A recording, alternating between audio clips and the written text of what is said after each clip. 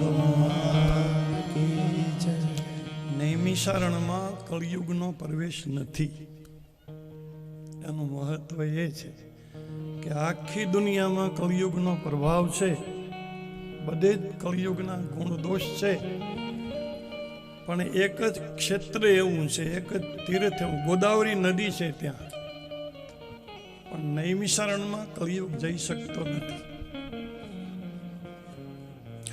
દ્વાપર યુગ પૂરો થયો ને કળિયુગની જ્યારે શરૂઆત થઈ ને ત્યારે બધા ઋષિમુનિઓ બ્રહ્મા આગળ ગયા અને બ્રહ્માજીને કીધું કે મહારાજ, હવે તો સંસારમાં કળિયુગ આવવાનો છે અને કળિયુગના ગુણધર્મ, એના દોષ બધે જ જગ્યાએ હશે, એટલે સંસારમાં કોઈ જગ્યા પવિત્ર નહીં હોય, કોઈ જગ્યા શુદ્ધ નહીં હોય. અમારે ક્યાં બેસીને તમારું ભજન સાધન કરવું, અમારું મન શાંત રહે, નિર્મળ રહે, એવી કોઈ અમને જગ્યા બતાવો. ત્યારે બ્રહ્માજી એક લાકડાનું ચક્ર ઋષિમુનિઓને કીધું કે આ ચક્રની પાછળ જાઓ અને જે જંગલમાં આ ચક્ર પડી જાય ને એના આરા જુદા પડી જાય એ જગ્યાએ તમારે રહેવાનું. ચક્રને નેમી કહેવામાં આવે. નેમી એટલે ચક્ર પડ્યું. જે જંગલમાં આ ચક્ર પડી ગયું અને એના બધા આરા જુદા પડી ગયા, એક ક્ષેત્રને નૈમિષારણ કહેવામાં આવે.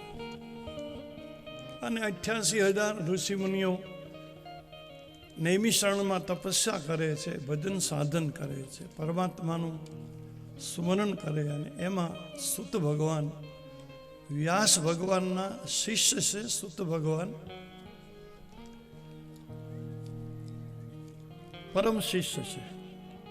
વ્યાસ ભગવાને પુરાણની બધી જ કથાઓ સૂત ભગવાનને સંભળાવી પણ છે અને શીખવાડી પણ છે. એટલે સૂત પુરાણી કહેવાય છે. પુરાણની બધી કથાઓ સૂત ભગવાન કરે છે. ઉગ્ર સર્વાનું નામ છે. સૂતજીનું નામ ઉગ્ર સર્વા ઋષિ છે. એટલે સોનકાદી મહાત્માઓ એને આ પ્રશ્ન પૂછે છે કે શું કરવાથી અથવા તો કોનું ચરિત્ર સાંભળવાથી, કોનું ભજન કરવાથી આ કળિયુગના દોષમાંથી મુક્ત થવાય, આત્માનો ઉદ્ધાર થાય, મનને શાંતિ પ્રાપ્ત થાય, આ સંસાર સાગરમાંથી તરી જવાય. કોઈ પણ એકાદું શાસ્ત્રની અમને વાત કરો. એટલે સૂત ભગવાન નૈમિષારણમાં સોનકાદી મહાત્માઓને દેવી ભાગવતની કથા કરે. દેવી ભાગવત વેદ સ્વરૂપ છે. માં ભગવતીના દેવી ભાગવત છે, ભાગવત છે, રામાયણ છે, જે ગ્રંથ છે ને પરમાત્માનું સ્વરૂપ છે. નહીતર વેદમાં છે ને એક સૂત્ર લખ્યું છે. 4 વેદના 4 સૂત્રો છે, એ એના પ્રાણ છે. ઋગ્વેદમાં અહમ બ્રહ્માસ્મિ, બસ આમાં આખો વેદ આવી ગયો. હું બ્રહ્મ છું, અહમ બ્રહ્માસ્મિ એટલે હું પરમાત્મા છું, એમાં બધું કહેવાય ગયું. પછી યજુર્વેદમાં તત્વમસી તું, તે તત્વ તું છો, એમાં બધું આવી ગયું. અથર્વવેદમાં અયમાત્મા બ્રહ્મ, જે કહેવાનું છે ને એક લીટીમાં જ કહેવાય ગયું. પણ પછી કોઈએ પ્રશ્ન ઊભો કર્યો કે એક જ લીટીમાં જો બધું કહેવાય જતું હોય તો પછી આટલા મોટા ગ્રંથ શું કામ બનાવ્યા? આ મોટા ગ્રંથોના આટલી મોટી લાંબી કથા લખવાનું કારણ શું? પછી ઋષિએ જવાબ આપ્યો, ખોરાકમાં ઘી ઉત્તમ છે. ઘી જેવું કોઈ પદાર્થ નહીં. એ બળ આપે, શક્તિ આપે. પણ તમારી ભાષામાં રોગું ઘી પીવાય નહીં, લોટો ભરીને. એ હજમ ન થાય. આમ લોટો ભરીને આપણે ડક ડક ડક ડક ઘી થોડા પી. મિત્ર શક્તિશાળી છે, એનાથી બળ વધે, તેજ વધે, બધું.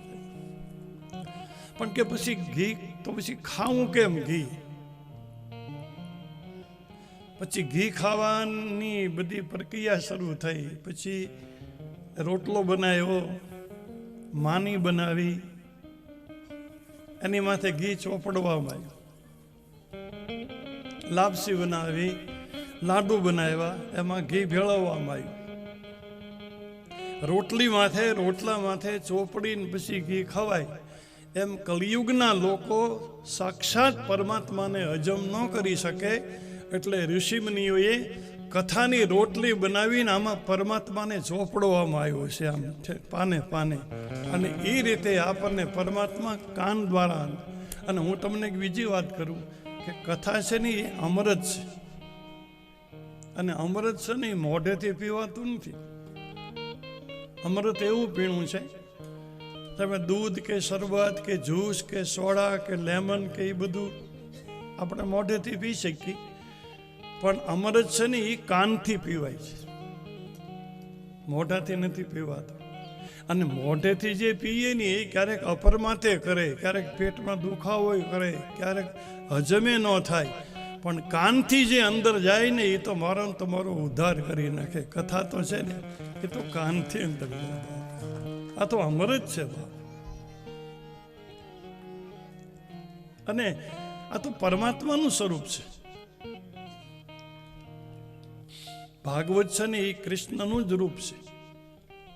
પ્રાચીના પીપળે જે બાણ માર્યું, જરા નામના પારાથી, ભગવાન છેલ્લી લીલા, કૃષ્ણ ચરિત્રનો છેલ્લો અંક છે.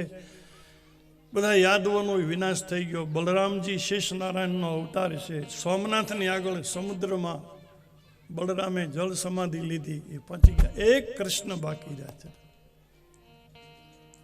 અને પીપળાને થડે બેઠા છે. પારાથી બાણ માર્યું છે.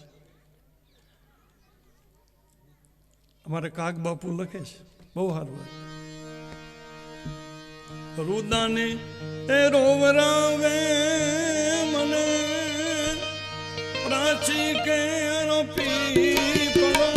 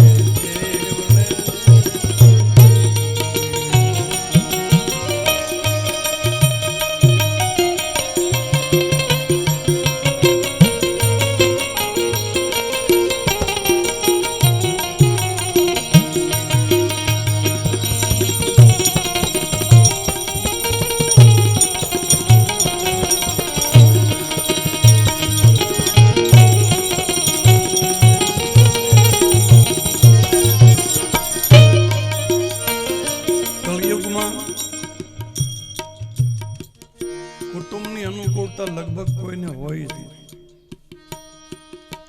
આપણું મોટું કુટુંબ હોય, મેં તો એવું વાંચ્યું છે શાસ્ત્રમાં કે જેનું બહુ મોટું કુટુંબ હોય, કાકા દાદાના ઘણા બધા ભાઈઓ હોય, એને દુશ્મન ગોતવા માટે બહાર ન જવું પડે, બધું અંદરથી જ પૂરું. કલિયુગના લક્ષણમાં આવ્યું છે, કલિયુગમાં આવ્યું છે. કૃષ્ણ ભગવાને પાંડવોને આ વાત કરી હતી કે આપણે તો હજી છીએ, પણ આપણે નહીં હોય ને તેથી કલિયુગ આવશે. પાંડવોએ પૂછ્યું ભગવાન કૃષ્ણને કે મારે કલિયુગ આવશે ત્યારે શું હશે, એના ચરિત્રો કેવા હશે? કૃષ્ણે કીધું હજી તો વાર છે, આવ્યો નથી, પણ યોગ દ્રષ્ટિથી હું તમને દેખાડું કે કળિયુગના ચરિત્રો કેવા છે. એટલે હસ્તિનાપુરની બહાર લઈ ગયા પાંચે પાંડવોને. પાદરમાં વડલા નીચે બેઠીને કૃષ્ણે બધા ભાઈને કીધું કે તમે ચારે પાંચે ભાઈઓ અલગ અલગ દિશામાં 2 કિલોમીટર જતા રહો, તમને જે દેખાય નહીં આવીને મને કહેજો. ધર્મરાજાને ઉગમણી દિશાએ મોકલ્યા, અર્જુનને ઉત્તર દિશાએ મોકલ્યા, ભીમને આમ આથમણી દિશાએ મોકલ્યા, સહદેવ નિકોલને દરિયાદા મોકલ્યા, ભગવાન બેઠા. 1 કલાક 1.5 કલાક થઈને પાછા બધા આવ્યા. એટલે ભગવાને ધર્મરાજાને પૂછ્યું કે તમે આમ ઉગમણી દિશાએ ગયા, તમને શું જોવામાં આવ્યું? તો મહારાજ વિચિત્ર મેં જોયું કે એક ગાય છે ને એ વાછડીને ધાવતી હતી. વાછરું તો ગાયને ધાવે એ બરાબર, પણ ગાય વાછડીને ધાવે? કૃષ્ણ કે કળિયુગની નિશાની કે કળિયુગ આવશે ને ત્યારે બાપ છે ને દીકરીની કમાણી ખાશે. આ કળિયુગની નિશાની. અર્જુનને પૂછ્યું તું આમ ઉત્તર દિશામાં ગયો તે શું જોયું? અર્જુને કીધું મહારાજ એક કોઈ પશુ મરેલું હતું, ચોપું મરેલું હતું ને ગીધડા એની માથે બેસીને માંસ ખાતા હતા. હવે ગીધડા માંસ ખાતા હતા, પણ ગીધડાના પગ માથે વેદના મંત્રો લખેલા હતા. તો કે કળિયુગની નિશાની કે કળિયુગમાં બ્રાહ્મણો વેદ ભણશે, પણ બ્રાહ્મણો બધા માંસાહારી થશે, બ્રાહ્મણો બધા શરાબ પીશે. ભીમને પૂછ્યું તે શું જોયું? ભીમે પૂછ્યું મહારાજ મને કાંઈક વિચિત્ર તો લાગ્યું. કે કા? મારા 3 કૂવા હતા બાજુમાં, 3 કૂવા હતા લાઈનમાં. બાજુના 2 કૂવા ખાલી હતા, એક વચ્ચેના કૂવામાં જ પાણી હતું. પણ જે વચ્ચેના કૂવામાં પાણી હતું ને એમાંથી દૂર કોક બીજા કૂવામાં જાતું હતું, પણ બાજુના કૂવામાં નહોતું જતું. તો આ કળિયુગની દિશાની છે કે કળિયુગમાં 2, 3, 4 ભાઈ હશે, એમાં એકાદો ભાઈ ખાતે પીધે સુખી હશે, પૈસા ટકે, અને બીજા ભાઈ થોડાક દુબળા હશે. પણ જે સુખી હશે ને એ સગા ભાઈને મદદ નહીં કરે, કોઈ બીજાને મદદ કરશે, પણ સગા ભાઈને મદદ નહીં કરે. આ કળિયુગની નિશાની છે.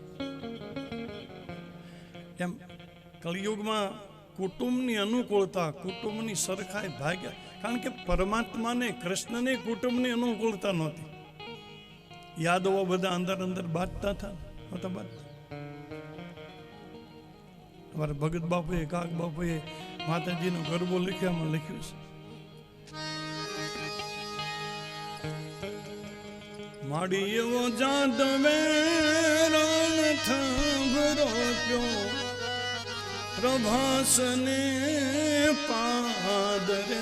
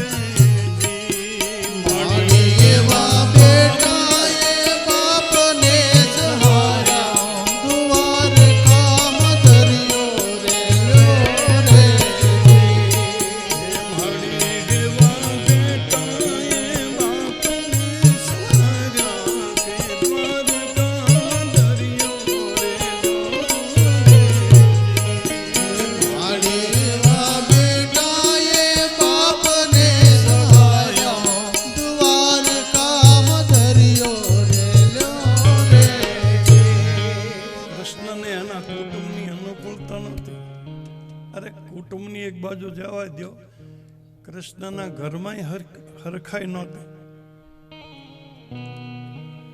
તમે દ્વારકા તો ગયા હશો અને ન ગયા તો જઈ આવજો. કારણ કે કૃષ્ણથી રીસાઈને રૂક્ષ્મણી 1 કિલોમીટર દૂર બેઠા. ઝઘડો થયો છે બે માણસ, પતિ પત્ની. 1 કિલો. હવે તમે વિચાર કરો, કૃષ્ણમાં શું ઘટે એમ? કૃષ્ણના રૂપમાં ખામી છે, ગુણમાં ખામી છે, સંપત્તિમાં. સોનાની દ્વારકા છે. અને છતાંય રૂક્ષ્મણીને કાંઈક તકલીફ ઊભી થઈ અને ઝઘડો કરીને દૂર બેઠા 1 કિલોમીટર. જાય છે ઘણા, કૃષ્ણના ઉપાસક ઘણા જાય, પણ દર્શન કરીને પાછા વૈયા આવે. બેનું સમાધાન કરીને બેને ભેળા નથી કરતા, નતર બેનું સમાધાન કરી નાખવું જોઈએ. એ અમારે કાગ બાપુએ લખ્યું છે. કુટુંબ કલેશ તારે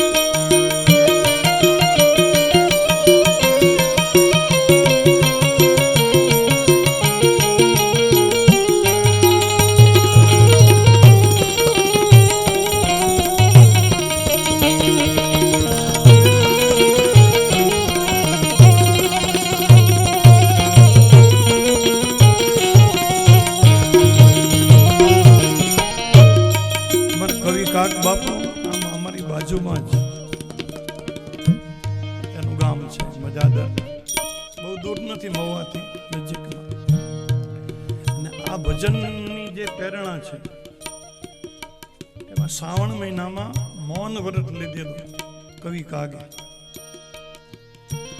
અને આ મૌન વ્રત ખોલવું ક્યારે? શ્રાવણ મહિનો પૂરો થાય, દ્વારકા જાઉં, ગોમતીજીમાં સ્નાન કરી દ્વારકાધીશના દર્શન કરી અને પછી બોલવું, ત્યાં સુધી ન બોલવું. એટલે આખો મહિનો મૌન વ્રત લીધું. પછી દ્વારકા આવે, ગોમતીજીમાં સ્નાન કરે અને પછી દ્વારકાધીશના દર્શન કરીને થાંભલાને ટેકે બેહે છે અને ભગવાનની સામે એવું જોઈને લખ્યું કે તારે કેટલી બધી તકલીફ હતી, તું એ ક્યાં સુખી હતો, તું એ દુઃખી જતો. કુટુંબમાં કોઈ તારું કહ્યું નહોતું માનતું,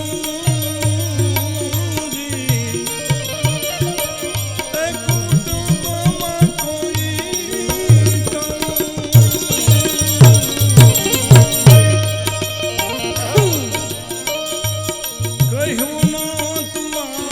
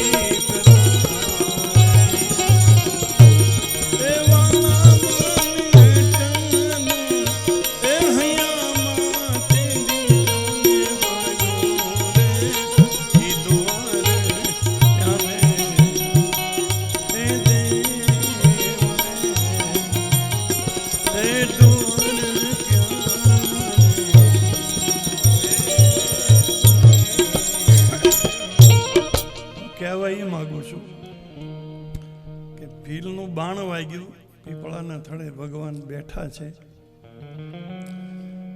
પરમાત્મા તો સ્વધામમાં ગતિ કરી ગયા. જો કે ભગવાનનું શરીર તો સચ્ચિદાનંદમય છે. ભલે એ મનુષ્યના રૂપે આવે છે, રામ ને કૃષ્ણ આપણે જેવા માણસ જ દેખાય, પણ આપણા શરીરમાં પરમાત્માના શરીરમાં ઘણો ફરક છે. આપણું માયાનું બનેલું શરીર છે. આપણા શરીરમાં લોહી હોય, માંસ હોય, હાડકા હોય, રોગ હોય, કફ હોય, મજ્જા હોય, આ બધું અંદર હોય. ત્યારે પરમાત્માના શરીરમાં લોહી નથી, હાડકા નથી, માંસ નથી, એકલો પ્રકાશ આનંદ છે. ચિદાનંદમય દેખ તુમારી વિગત વિકાર જાન. વાલ્મીકજી બોલ્યા છે રામની સામે કે મારા તમારું શરીર તો ચિદાનંદમય છે, આનંદ રૂપ છે, પણ અધિકારી જીવ ન હોય ને એ તમને ઓળખી ન શકે. સામાન્ય જીવ તો એની જેવા જ તમને માને કે ભગવાન અમારી જેવા છે. પરમાત્માની ઉંમર યુવાની સુધી વધે, બાલ લીલા કરે. કૃષ્ણની બાલ લીલા છે, રામની બાલ લીલા છે. ગેડી દડે રમે, માખણ ચોરી કરે, ગોવર્ધન ઉઠાવે, ગાયું ચરાવે, એ બધું. પણ પછી બાળકમાંથી ધીરે ધીરે એ થોડોક મોટા થાય અને યુવાન થાય.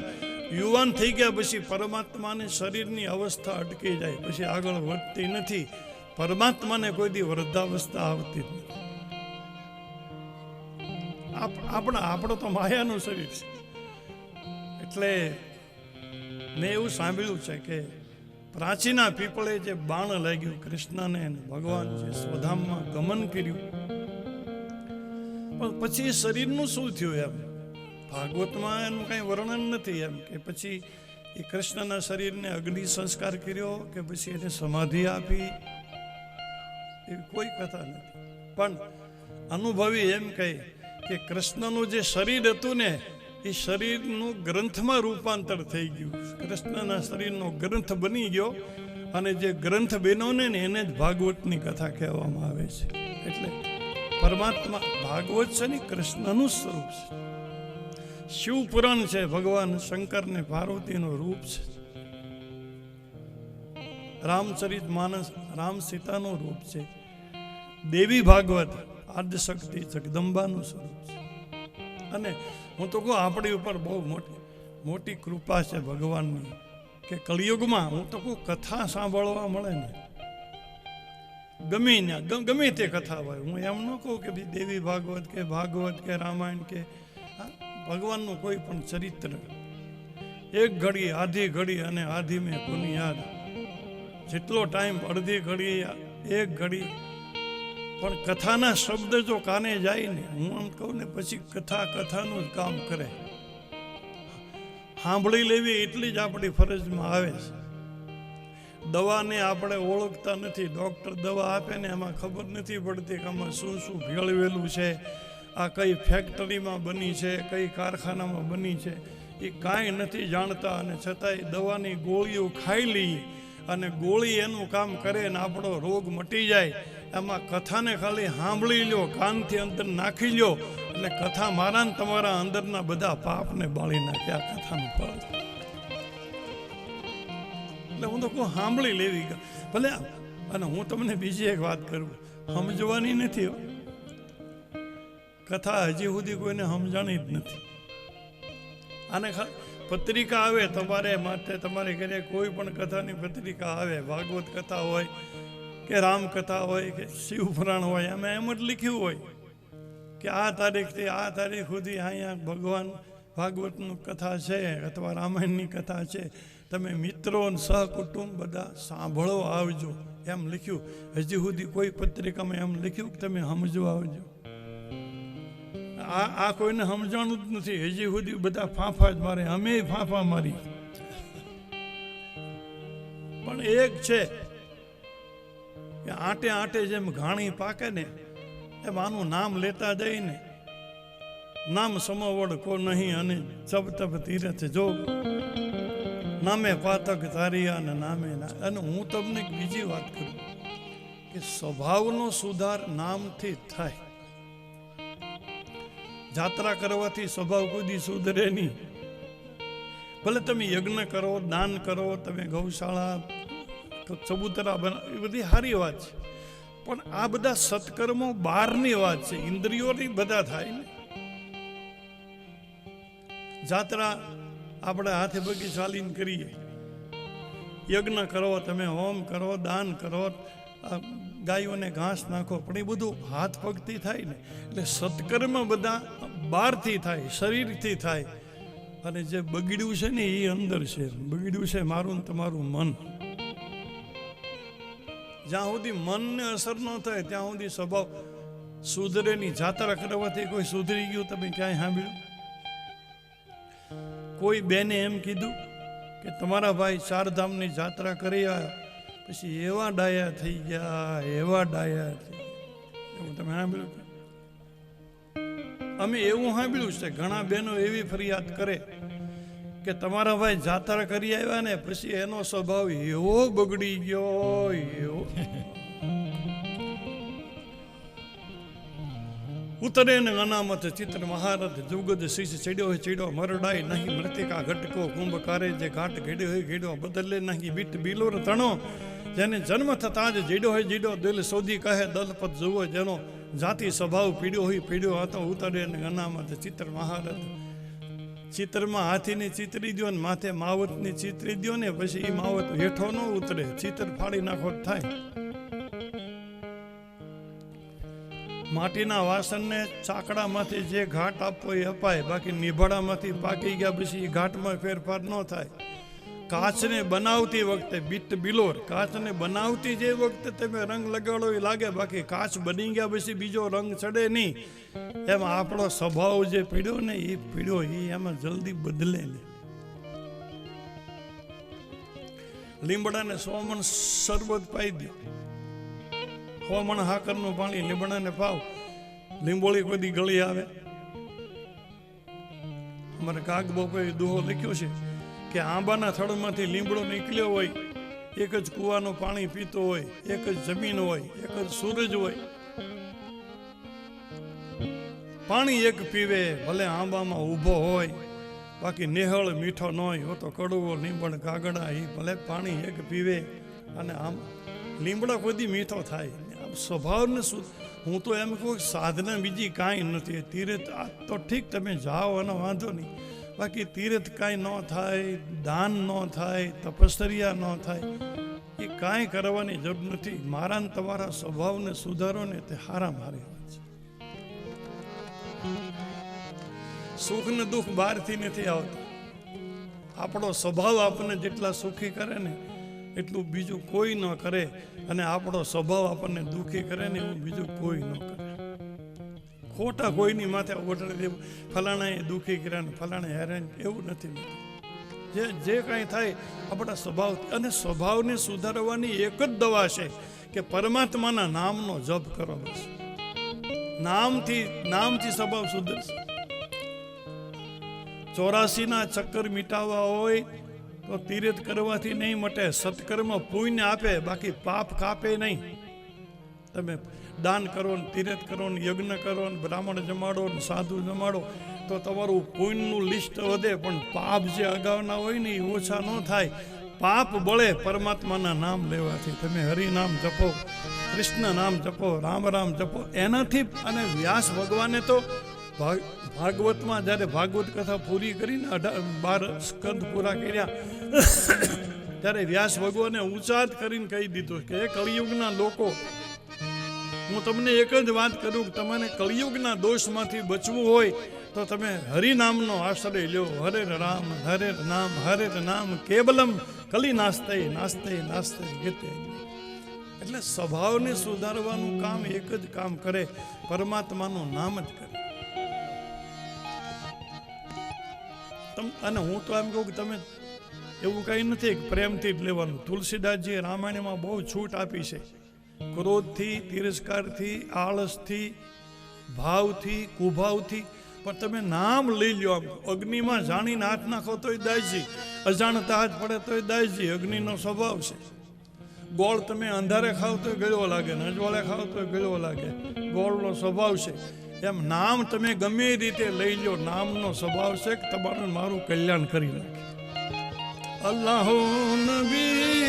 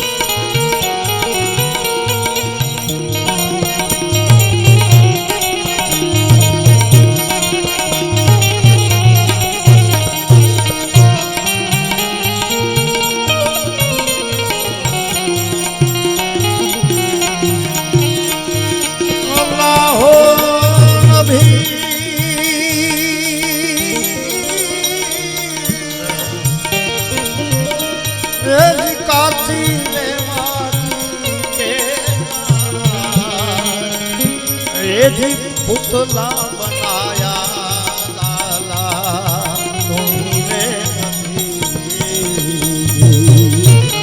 लगाया गहरा लगाया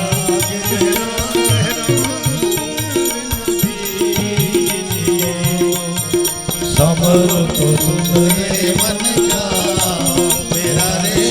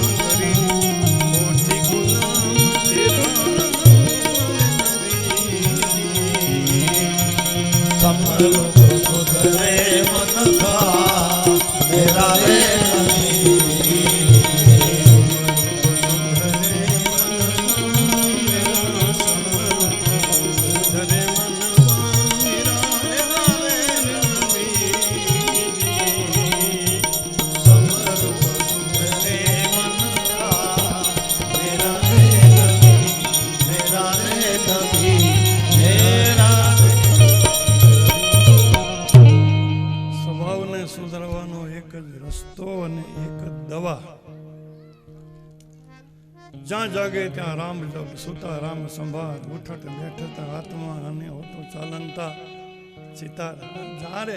અને કળિયુગમાં તો હું તમને કહું ને કોઈ નિયમ જ નથી, કોઈ નામ જપમાં કોઈ નિયમ નહીં કે તમે બેસીને જપો કે નાહી ધોઈને જપો કે દીવો નહીં, એવું કાંઈ કોઈ નિયમ નહીં. તમે જ્યાં હોય ત્યાં, ઘરમાં હો, ફેક્ટરીમાં હો, ખેતરમાં હો, તમે નાહ્યા હો કે ન નાહ્યા હો, તમે રસોડા કામ કરતા હો, કોઈ નિયમ લાગુ નહીં. પણ તમે હાલતા ચાલતા બેઠતા ઉઠતા તમે જેને માનતા હો, જેમાં તમારી શ્રદ્ધા હોય એનું તમે નામ લીધા. ત્યાં લખાતું જશે નહીં, કામ બહુ લાગશે, બહુ લાગશે.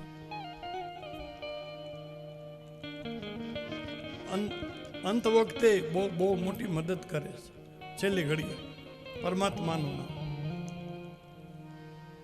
એટલે ઋષિમુનિઓએ જ્યાં ખૂબ તપસ્યા કરી છે, હરિભજન કર્યું છે, એને ક્ષેત્ર કહેવાય. અને નૈમિષારણમાં સુત ભગવાન સૌનકાદી ઋષિઓને માં ભગવતીની કથા, દેવી ભાગવતની કથા ને એના મહિમાના એકાદ બે ચરિત્રની કથા કરી. એક ઋત્વાક નામે એક ઋષિ છે, આશ્રમ બનાવીને જંગલમાં રહે, પતિ પત્ની, બહુ પવિત્ર જીવન, આખો દિવસ તપશ્ચર્યામાં, ભજનમાં, સ્વાધ્યાયમાં, બહુ સાત્વિક જીવન. એને ત્યાં દીકરાનો જન્મ થયો એટલે રાજી થયા.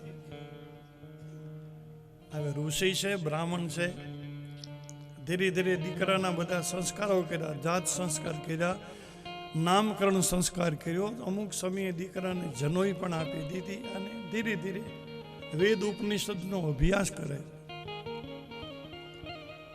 બ્રાહ્મણનો બાળક છે પણ પરિણામ એ આવ્યું કે 10 વર્ષનો દીકરો થયો, 10-12 વર્ષનો, એટલે એ કુમાર્ગે વળી ગયો, ખરાબ રસ્તામાંથી વળી ગયો, દુરાચારી થયો. વેદ ભણવાનું મૂકી દીધું, સંધ્યા પૂજા મૂકી દીધી, ગાયત્રી ઉપાસના મૂકી દીધી, બધું મૂકી દીધું. એટલું જ નહીં, એક ઋષિ પત્નીનું હરણ કર્યું એણે. બીજી ઋષિની કન્યા હતી ને, આ ઋત્વાક મુનિ બહુ દુઃખી થયા કે ભાઈ અમારું જીવન તો પવિત્ર છે, અમે કોઈ દી પાપ નથી કર્યું, અમે સતત પરમાત્માના ભજન સાધનમાં, અને અમારી ઘરે આવો દુરાચારી દીકરો, અમારો કઈ દોષ હશે કે દીકરો આવો દુરાચારી? એમાં એકવાર દધીચી નામના ઋષિ ત્યાં આવે છે ઋત્વાક મુનિના આશ્રમે, અને ઋત્વાક મુનિ દધીચીને પૂછે છે કે અમે દુઃખી બહુ છીએ, દીકરો અમારો પણ બહુ દુરાચારી છે, બધા ખરાબ રસ્તે ચડી ગયો છે, આ અમારો દોષ છે કે અમારા લોહીનો કોઈ દોષ છે કે અમારે અહીંયા આવો દીકરો? દધીચીએ કીધું કે તમારો દોષ નથી, તમારો કે તમારી પત્નીનો દોષ નથી.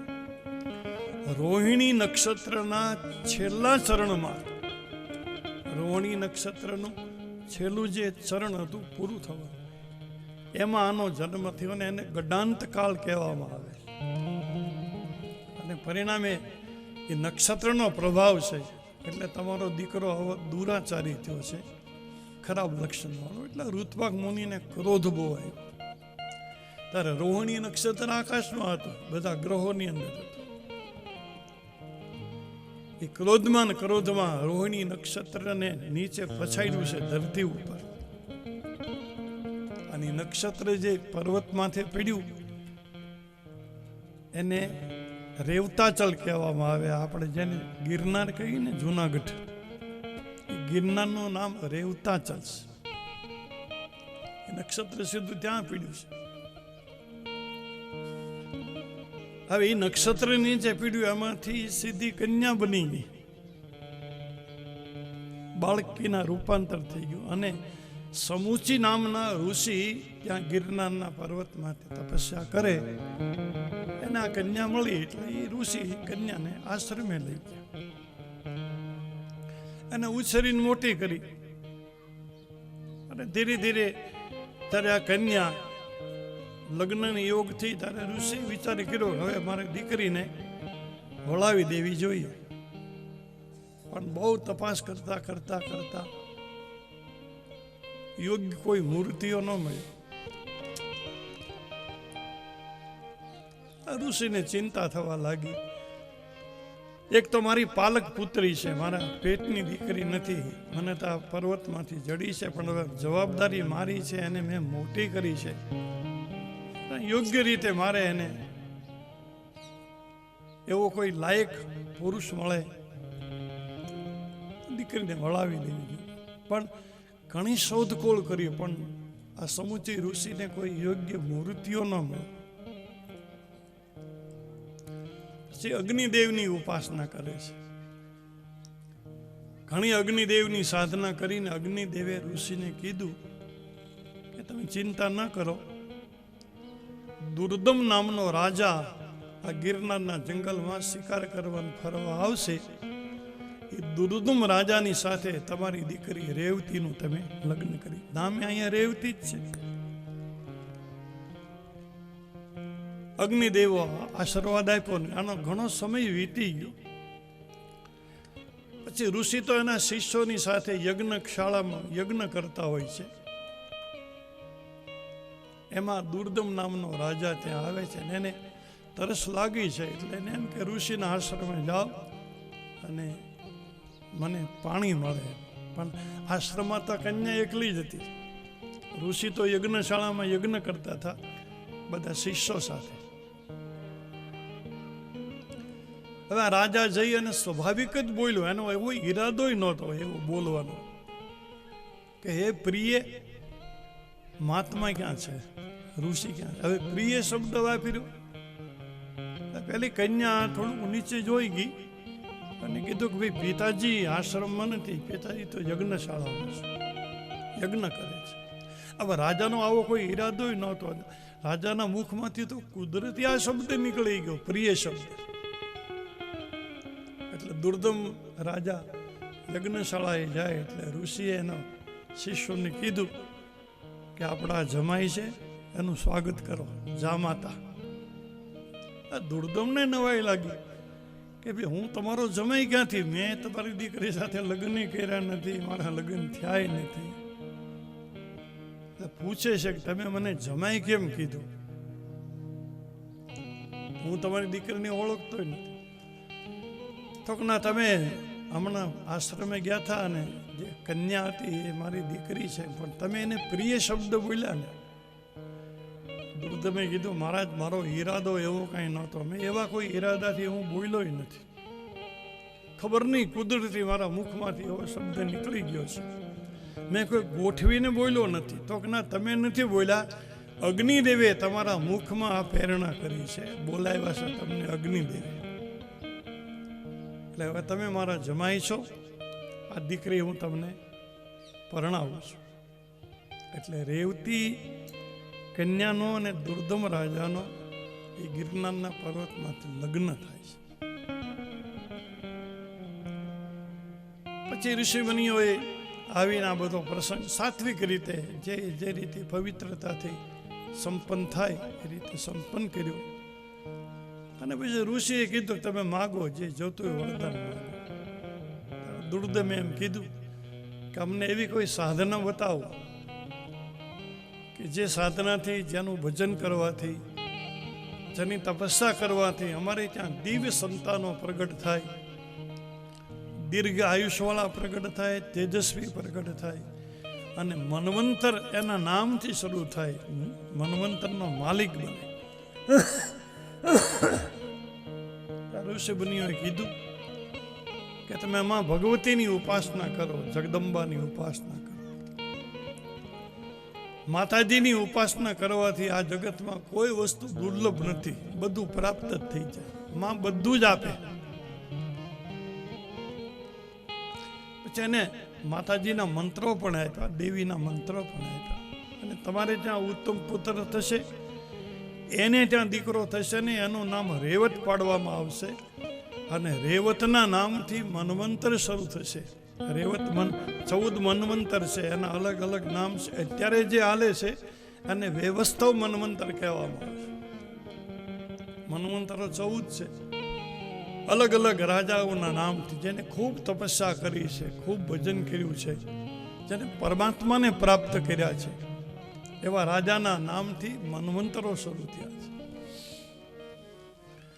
પછી દુર્દમ રાજા અને રેવતી જાય છે. જોકે રેવતીએ જ્યારે લગ્ન કરવાના હતા ત્યારે એના પિતાને કીધું કે મારું લગ્ન રેવતી નક્ષત્રમાં જ કરો. કે હવે એ નક્ષત્ર તો આકાશમાં નથી, એ તો નીચે આવી ગયું છે. શ્રાપથી ઋષિ ઋત્વાક મુનિએ શ્રાપથી રેવતીને નીચે પછાડી. તો રેવતીએ આના પિતાને કીધું કે એક ઋત્વાકને જ આગળ તપસ્યાનું બળ છે, તમારી આગળ નથી, તમે તપ નથી કર્યું, તમે પાછું આકાશમાં એને ચડાવી દો. એટલે સમુચી ઋષિએ રેવતી નક્ષત્રને પાછું આકાશમાં પહોંચાડી દીધું. અને એ નક્ષત્ર જ્યારે હાલતું હતું ને ત્યારે આ દીકરીનું લગ્ન કરવામાં. એની ત્યાં ઘણા બધા પુત્રો થાય છે. એની દીકરાને ત્યાં દીકરો રેવત થાય છે. એનાથી એક મન્વંતર આખો શરૂ થાય. અને આ ભગવતીનો મહિમા છે, ભગવતીની કૃપા છે. પછી શૌનકાદી મહાત્માઓ શુદ્ધ ભગવાનને આગળના પ્રશ્ન પૂછે છે કે એમાં વ્યાસ ભગવાનની ઉત્તૃષ્ણા આવે છે. પહેલો પ્રસંગ આવે કે વ્યાસ ભગવાનને દીકરાની અપેક્ષાથી ઈચ્છા થઈ, ભગવાન મને દીકરો આપે. બદ્રીનાથમાં સરસ્વતી નદીને કિનારે બોરડીનું ઝાડનું વન છે. બદ્રિકાશ્રમનો અર્થ થાય બદ્રી એટલે બોર, બોરના જ ઝાડ છે. અને વ્યાસ ભગવાન બોર ખાઈને જ રહેતા હતા, તપસ્યા કરતા હતા, એટલે એનું નામ બદ્રિકાશ્રમ પડ્યું. સામ્યપ્રાસ આશ્રમનું નામ છે વ્યાસનું. પણ એકવાર વ્યાસ ભગવાન બરાબર આશ્રમમાં બેઠા હશે ને એક ઝાડ માથે બે ગેરિયા પક્ષી, એનું તાજું જન્મેલું જે બચ્ચું હતું નાનું એવું, એ બે માદા ને નર બે પક્ષી એના બાળકને પ્રેમ કરે, એના શરીર સાથે શરીર અડાડે. આ વ્યાસ ભગવાન બેઠા બેઠા જોવે છે. વ્યાસને એમ થયું કે પશુ પંખીને બધાને પોતાના સંતાન માથે પ્રીતિ છે, પ્રેમ છે, અને પરમાત્મા મને પુત્ર આપે, અને જ્યાં સુધી પુત્રની પ્રાપ્તિ ન થાય ત્યાં સુધી જીવનમાં કોઈ અંજવાળું હોતું નથી, કોઈ પ્રકાશ હોતો નથી. આપણા લોક કવિઓ લખે છે ને કે બેરો લૂલો નો બોબડો ઈ જાગર પુત્ર નોય, ઈ ઘેર દીવા કરી જોતમાં ધબક અંધારા હોય. બેરો લૂલો નો બોબડો ઈ તો જાગર પુત્ર નો, ભલે ને ગમે એવો, પણ એક મહિમા બતાવ્યો. સંસારિક બધી આસક્તિની વાત છે, તત્વજ્ઞાનની દ્રષ્ટિએ આખી જુદી છે. એટલે વ્યાસ ભગવાનને એમ થયો કે મારે ત્યાં ભગવાન પુત્ર આપે. હવે મારી મનોકામના કોણ પૂરી કરે? શંકર સિવાય તો કોઈ આશુતોષ નથી. શિવજી જલ્દી પ્રસન્ન થવા વાળા, અને બધી જ મનોકામના ભગવાન શિવ પૂરી કરે. શિવ જેવો કોઈ યોગી નથી, અને શિવ જેવો કોઈ ભોગી નથી. સંસારમાં કેમ રહેવું, પત્ની સાથે કેવી રીતે રહેવું, એ શંકર ભગવાન શીખવાડે ને એવું આ જગતમાં કોઈ ન શીખવાડે. કૃષ્ણનું તો આપણે હમણાં જોયું ને, બધું બગડ જંતર ઘણું છે. રિહામણા મનામણા ઝઘડો કૃષ્ણના જીવનમાં. રામ ભલે મર્યાદા પુરુષોત્તમ છે, પણ એકવાર થોડીક ભૂલ કરી, એમ સોનાનો મરગ કે તમે જાઓ અને ગયા યાર, ત્યારે સમજાવવા જોઈએ ને સીતાજીને કે બ્રહ્માની સૃષ્ટિમાં સોનાના કોઈ મરગ હોતા નથી. અસંભવમ હેમ મૃગસ્ય જન્મ તથાપિ રામો લુલુભા મૃગાય પાય સમાપન્ન વિપત્તિ કાલો. વિપત્તિનો કાળ આવે ને ત્યારે બુદ્ધિ બહુ કામ નથી કરતી. પણ શંકર ભગવાનનું જે દાંપત્ય જીવન છે, પાર્વતી માતા અને ભગવાન શંકર જે રહે છે, એવા આ જગતમાં કોઈ રહી જ નથી. આટલો બધો પ્રેમ, જો કે એનું સાત્વિક જીવન, શંકર પાર્વતીના જીવનમાં પવિત્રતા છે, કોઈ દી મર્યાદા તૂટે એવું કોઈ ચરિત્ર હોય જ.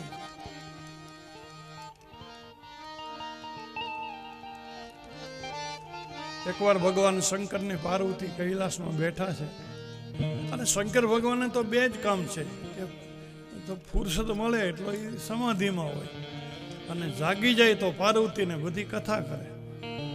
આ સિવાય બીજું કઈ કામ નથી. જાગતા હોય તો હરિકથા કરે માતા.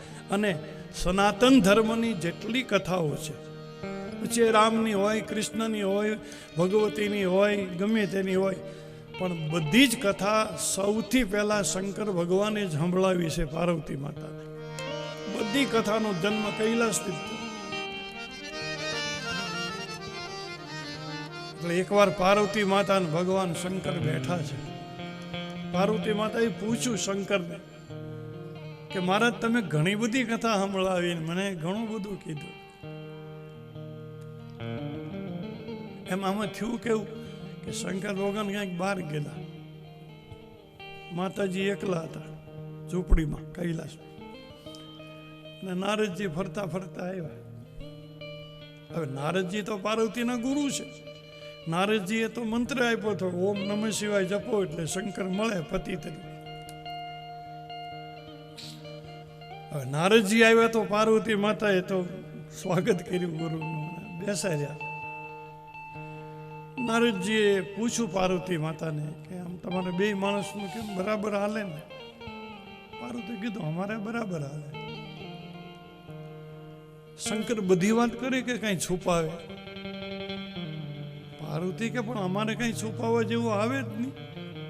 શંકર અમને મને મારો પતિ બધી જ વાત કરે, અમારે કંઈ પડદા જેવું છે જ નહીં, પડદા રાખવા જેવું. નારદજી કહે તો સારું, આમ બધી વાત કરે ખુલ્લીને, આખા બધી જ વાત કરે. છેલ્લે નારદજીએ કીધું પાર્વતીને કે ગળામાં ખોપરાની માળા પહેરે છે, માણસના ખોપરાની માળા, એ ખોપરા કોના છે એ કીધું? એ જ નથી કીધું. તો જય શ્રી કૃષ્ણ, હું જાઉં. હવે નારદના આ જ કામ. પાર્વતીને એમ થયું કે બધી વાત કરીને શંકર પાછા એમ કે પાર્વતી હું તમારી આગળ કાંઈ છુપાવતો નથી, મારે તમારી આગળથી કાંઈ ઢાંકવાનું નથી. બધું કીધું પણ આ ન કીધું. શંકર આવ્યા એટલે થોડોક ફેરફાર તો એ દેખાય આવે, ઘરમાં વાતાવરણ બદલી જાય એટલે ખબર પડી જ જાય. એટલે શંકરે પાર્વતીને પૂછ્યું કે ભાઈ છે શું એમ? તો ના કાંઈ નથી, તમે પુરુષો બધા મોઢાના મીઠા ખોટા બોલા. શંકરે કીધું છે હું ખોટું? તો તમે કહો કાંઈ છુપાવું નહીં.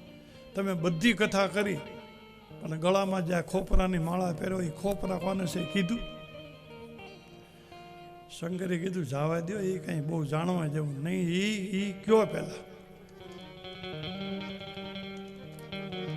બહુ જીદ કરીને ત્યારે શંકરે પાર્વતીને એમ કીધું કે પાર્વતી, દરેક જન્મ મારું કોઈ મૃત્યુ નથી, હું તો અખંડાનંદ છું, મારો જન્મ નથી, મારું મૃત્યુ નથી. તમારા ઘણા બધા જન્મ થયા. તમારો દક્ષિણના સતી તરીકે જન્મ થયો, પછી તમે યજ્ઞમાં શરીર બાળી નાખ્યું, પિતાના યજ્ઞમાં અપમાન થયું, સહન ન થયું, અને તમે હિમાલયને ત્યાં પાછા ફરી વાર જન્મ્યા, એટલે પર્વતની દીકરી થઈને જન્મ્યા એટલે પાર્વતી કહેવાના. પછી તમે કન્યાકુમારીના રૂપે જન્મ્યા. એમ પાર્વતી તમારા ઘણા જન્મ થયા, મારો કોઈ જન્મ નથી. પણ દરેક જન્મમાં, દરેક જીવનમાં પતિ પત્ની આપણે જ બની છે. દરેક જન્મમાં તમે મારી પત્ની બનો અને હું તમારો પતિ બનું છું. અને પાર્વતી, તમારી માથે મને આટલો બધો પ્રેમ છે કે જ્યારે જ્યારે તમારું શરીર પડી જાય છે, તમારું મૃત્યુ થઈ જાય છે, અને શમશાનમાં તમને જ્યારે બાળે ને ત્યારે હું ચિતામાંથી તમારી ખોપરી લઈ લઉં છું. ને પાર્વતી, આ બધા તમારા જ ખોપરાની મેં માળા પહેરી છે, તમારી જ ખોપરી. તમે વિચાર તો કરો, શંકર જેવો કોણ છે? અને એ આપણને પ્રેમ કરે ને. આપણા ઘરવાળા આપણને પ્રેમ નથી કરતા, એ બધી ભ્રમણા. ભલે આમ આપણે હાંકવું હાલે ત્યાં સુધી હાલે, પણ એમાં બહુ ફસાઈ જવાની જરૂર નથી. હું તમને એક બીજી વાત કરું કે તમે ચુસ્ત રામ ભક્ત હો, આખી જિંદગી તમે રામનું જ ભજન કર્યું, સપનામાં બીજાનું નામ તમે ન લીધું, અને આપણે કદાચ ગુજરી જઈને તો રામજી મંદિરમાં આપણી સમાધિ ન થાય. રામજી મંદિરમાં આપણે બાળે નહીં, ભલે નહીં રામને ભજ્યા હોય. કૃષ્ણના ભજન કરતા હો તો પછી મરી ગયા પછી કોઈ કૃષ્ણ મંદિરમાં આપણો અગ્નિ સંસ્કાર ન કરે, કોઈ ન રાખે. શમશાનમાં જવું પડે, તમે ગમે એને ભજો, પણ અંતે તમારે શમશાનમાં જવાનું. અને શમશાનનો દેવ શંકર છે. શંકર કે તું મને ભજે કે ન ભજે, પણ તને દુનિયા જેથી કોઈ ન રાખે ને તેથી મારી પાસે આવજે, હું તને રાખી દઈશ.